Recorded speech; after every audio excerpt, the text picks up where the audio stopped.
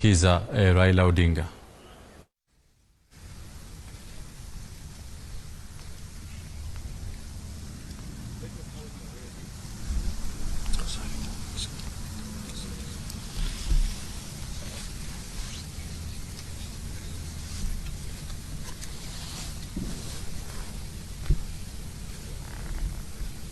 Are you ready? Yeah, we are ready.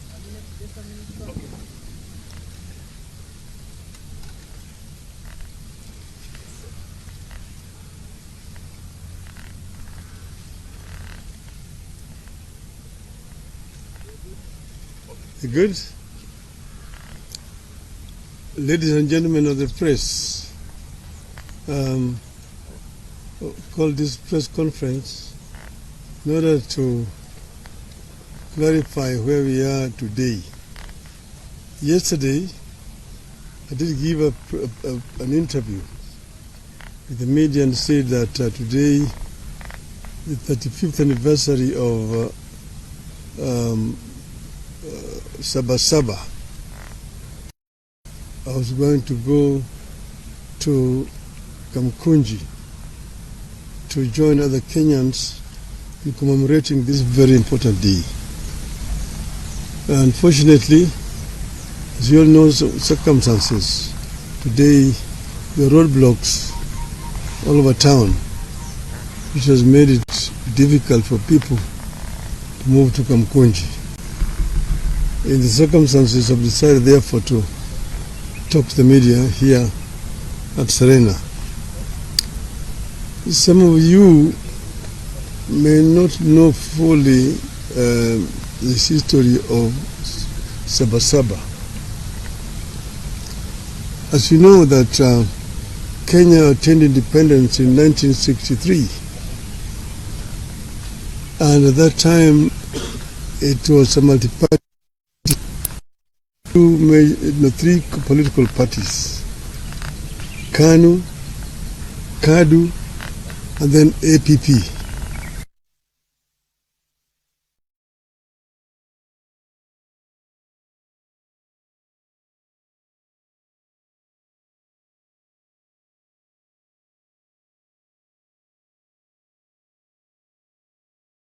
ODM Raila Odinga akitoa taarifa rasmi kutoka hoteli ya Serena. Hebu turejee kule.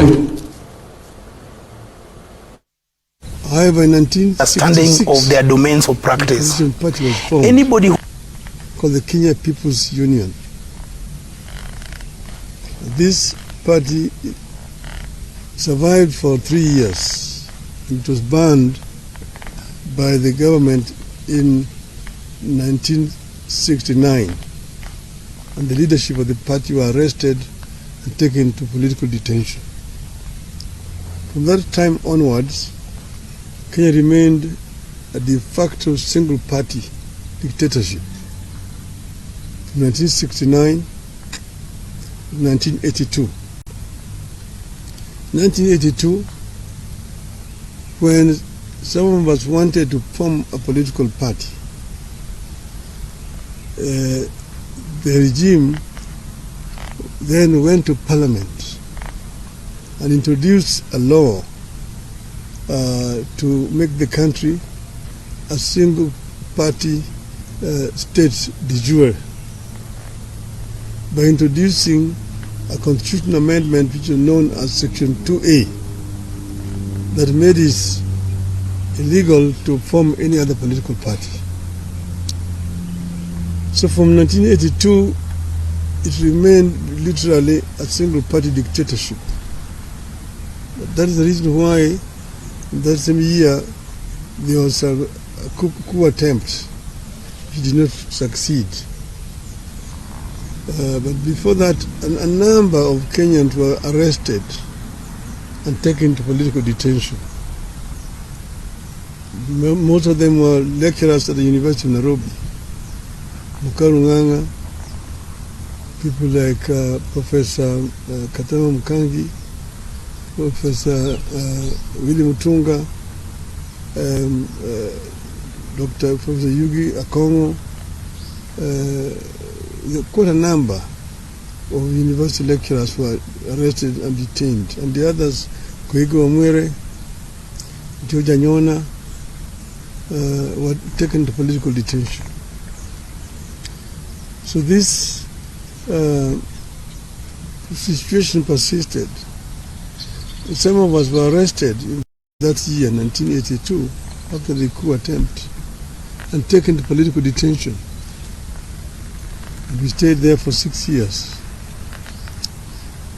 Then in 1988, Kanu brought an amendment to his laws, saying that they were bringing what they called direct democracy, where there was a nomination process where people were lining up behind the candidate, and then the returning officer would count the voters who had lined up behind the candidate, and whoever got the highest number of votes, if you got more than 50% in total, you automatically declared a member of parliament without having to go to the ballot. That process was abused, and many popular candidates were rigged at that stage, and therefore there was no real proper election in 1988. This now added momentum and anger to the movement for change. Among those people who had been rigged out were Kenneth Matiba and Charles Robia. So, come 1990, by that time I had been to detention 2 times. The 2 politicians, Kenneth Matiba and Charles Robia, on the 2nd of May 1990, addressed a press conference in which they said that Kenya, the time had come for Kenya to become a multi-party. That Kenyans wanted a multi-party system of government. They were condemned seriously as being ethnic chauvinists, anarchists, people who want to bring chaos in this country. They told that this country was not yet cohesive enough to become multi-party. It would take another 100 years before Kenya became a multi-party system. These were daydreamers. So the kind of machinery at that time set off now to demonize the 2 members of parliament, the 2 former members of parliament. And in the process, of course, a number of very inflammatory statements were made, even by some today politicians who are talking about democracy here. If you go into the archives, you see the names and what they said at that time.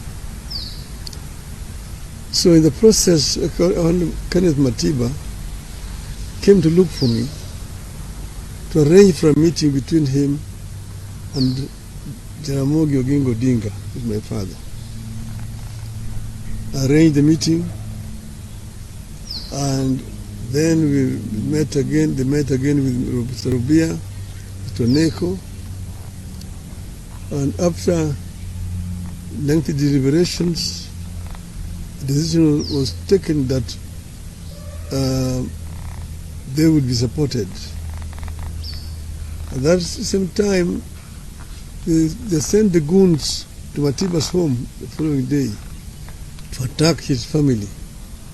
Matiba's wife was very badly wounded, Edith, and she was admitted to Nairobi Hospital, where we went to see her.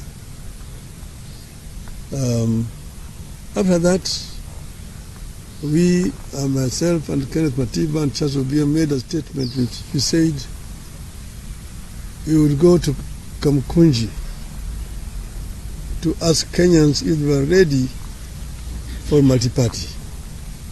And we do it on the day of the 7th of July that year, 1990. 7th of July 1990.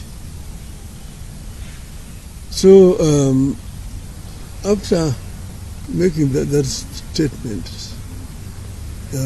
we then now went on to mobilize for the meeting at Kamkunji. But then, of course, the police officers came to block us from meeting each other. They were stationed in my office at Ajib House, Matiba's office, up there on Koinange Street, and Rubia's office, and Paul Mitch's, and Gibson Kamau Korea's. On the 2nd of July 1990, Matiba and Rubia were arrested and taken to detention. On the 4th of July, I was arrested and taken to detention. That same night, they arrested Gitobu Manyara, they arrested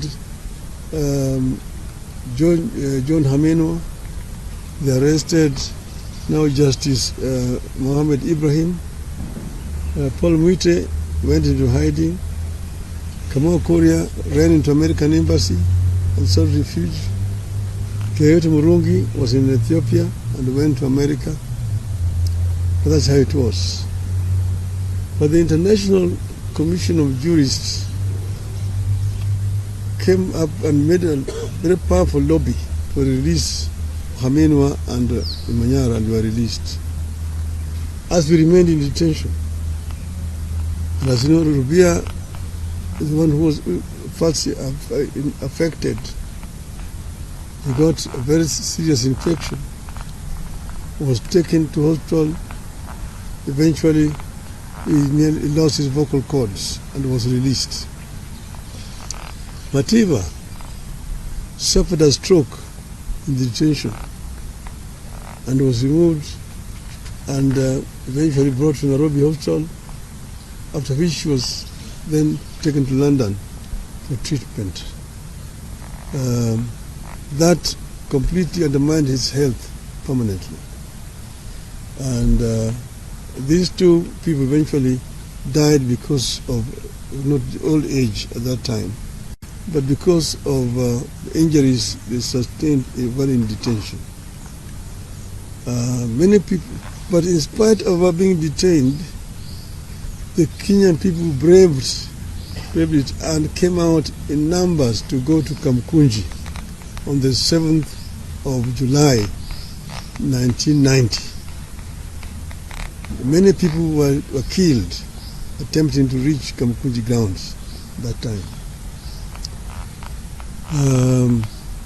So then, after we came out of detention, then Ford was formed. We formed Ford. After forming Ford, again we get pressed and said we were going back to Kamkunji.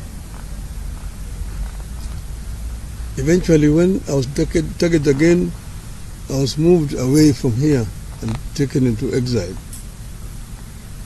But our people braved it and managed to march all the way into Kamkunji. And you see the photograph in front page of Nation there today. You can see Martin Chikuku, James Orengo, Anyang Nyongo, Masinde Muliro in the back of that truck going up to Kamkunji.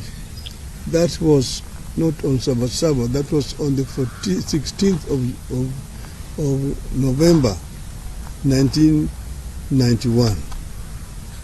But it's still the Kamkunji. That's why Kamkunji is very historical, the second liberation of this country. And that's why we celebrate Sabasaba. The fateful day on which Kenya's struggle for multi-party democracy took the most decisive turn is iconic and historical. It's a day rivaled only by the present day Masuja Day. Previously,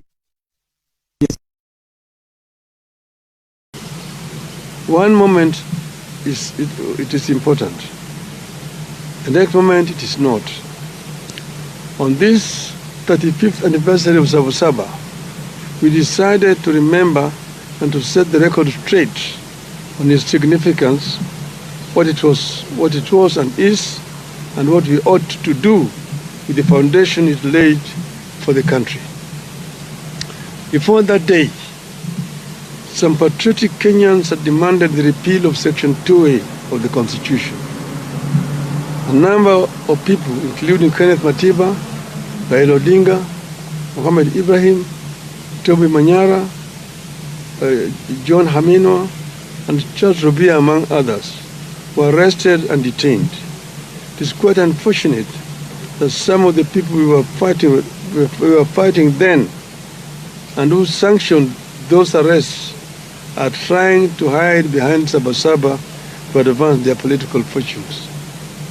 Some of them are alive today and now are masquerading as liberators.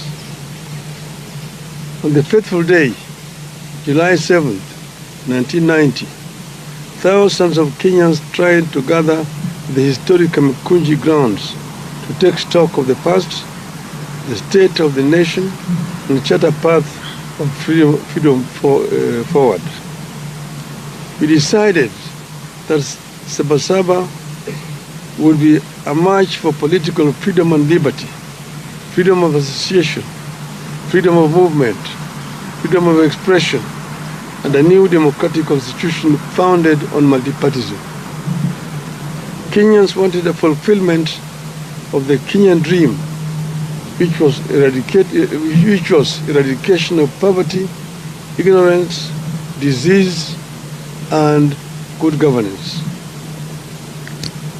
That clarity of mission is what made Sabasaba different from all other confrontations with the Moi-Kanu one-party state. Sabasaba, therefore, was and still is about the sacred and historic grounds of Kamkunji. It was not and is not just another routine street protest in Nairobi or any other town. At Kamkunji is where they held the last cow Kenya-Africa Union meeting in 1952. It is where Kanu's first rally was also held. It was also where the first Ford meeting was held after registration. Sabasaba had a singular purpose: to the repeal of Section 2A of the Constitution and allow multi-party democracy in Kenya. Sabasaba had clear and known national conveners: Kenneth Matiba, Charles Rubia, and yours truly, Raila Odinga. It was what gave birth to a bigger and powerful forum for the restoration of democracy, Ford. Ford had a known nationally inclusive leadership: Jaramogi Oginga Odinga, Philip Gachoka, Ahmed Bamariz, Salim Damwe, Asinde Muliro, George Ndenge, Kenneth Matida, Charles Rubia, among others. Sabasaba was inclusive, democratic, and intergenerational. The old, the young people in and out of the government, professionals, academics, trade unionists, civil society, women groups, and religious groups. All of them found their voice in what it stood for: a people's struggle for good governance, freedom, and equal opportunity for all. It was not one group against the entire nation. It was not community against that community, or of this age against that age. The movement stood for a peaceful and constitutional change of guard. That is the reason it focused singularly on amendment and later on the overhaul of the Constitution. These features are what made Sabasaba succeed. A year after the march, on December 2nd, 1991, President Moi capitulated. Section 2A of the Constitution was removed. multipartyism was reinstated. We achieved our core aim, which was to return Kenya to multipartyism. Today, we have more parties than one could imagine then. That single amendment paved the way for the complete overhaul of the Constitution and the birth in 2010 of a new Constitution that came with provisions for fundamental freedoms and liberties that our citizens enjoy today. It is clear that many of the ideals espoused by the dreamers behind Sabasaba have become part of the national aspiration. We are a better nation because Sabasaba happened. We have a duty and a responsibility to honor the men and women who dared to dream and to turn out at a time of great peril to themselves and their families. 35 years later, the country is grappling with a new wave of unrest and political activism. The question we have to ask ourselves is, where do we go from here? Do we embrace chaos or a coming together of minds and country? As a living architect of the events leading to the Sabasaba, I choose a coming together of minds and country in the interest of the country. I long fought for its progress, stability, and prosperity. The most important struggle taking shape in our country today is the struggle for good governance, economic opportunity, and equality. The biggest challenge facing Kenya today and into the foreseeable future is how to expand economic opportunity and lift particularly young Kenyans out of poverty, exclusion, and unemployment. Kenyans are yearning for programs and leaders that prioritize economic inclusivity, social justice, and political freedom. There is no doubt that the country is yearning for legislation that makes our institutions more responsive, programs that ensure adequate funding for services that touch wananchi, changes that make our judiciary free, efficient and progressive, measures that make the executive more accountable and efficient. We must end impunity and corruption within our three arms of government. Our leaders must become modest, ethical, humble, and accountable. What is to be done? What is to be done? I propose an inclusive, intergenerational, national conclave to hear our people across all divides and come up with irreducible reforms and changes necessary to take the country forward. I propose that the country urgently returns to the agenda of comprehensive police reforms, focusing on enhancing accountability, transparency, and improving the police-to-people relationship. Your rogue police force that shoots people with impunity. And this is a force that we inherited from the colonialists. It has not been reformed to become a people's defender, a people's servant. I propose that the conclave I envisage comes up with better and sustainable ways for addressing transparency, accountability, and impunity, especially with regard to corruption, and ensuring that leaders are held accountable for their actions. I propose that the forum comes up with a comprehensive and sustainable strategy for addressing youth unemployment and expansion of opportunities for youth in the formal and informal sectors. Such a national conclave must have a clear terms of reference and be populated and helmed by the most serious and sober minds in our nation. The proceeds of the national dialogue be subjected to a referendum. I rest my case. Thank you. Long live Kenya.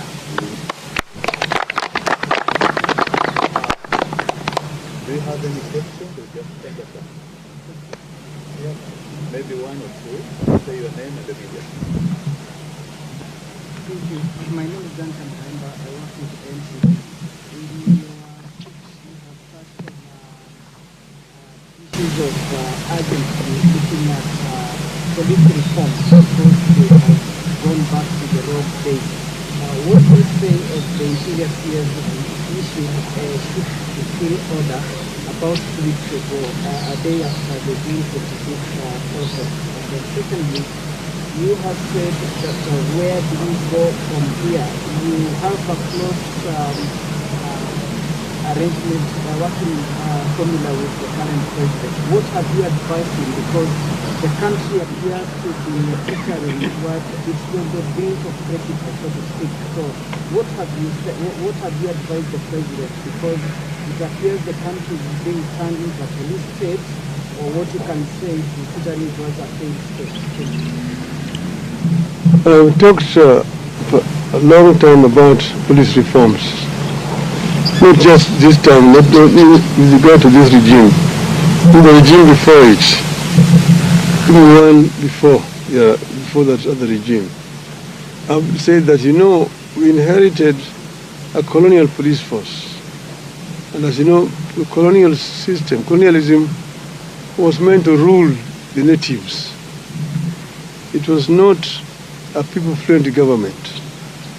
So what should have happened was to democratize this police force, reform it so that it becomes a service, not a force. It is not enough to just change the words. That is from a force to a service. You must take measures to ensure that it's really a service, not a force. And this has not happened in our country. I've given examples of where it has happened. For example, in Tanzania. And you see a police force which are people friendly and also not trigger happy. About the minister you're talking about, I said he was totally out of order. And he apologized to me. He apologized to me and to the people. And he said the day before yesterday that police should handle people with care. So, yeah. Just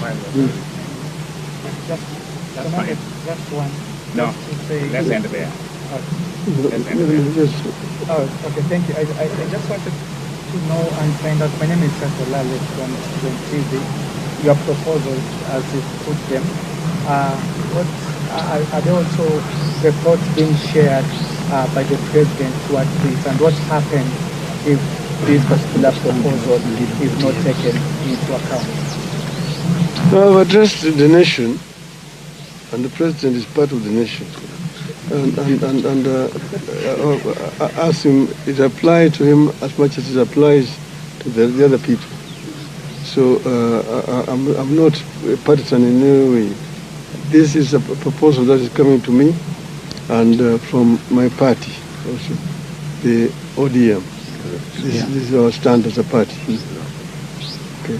Thank you. Thank you.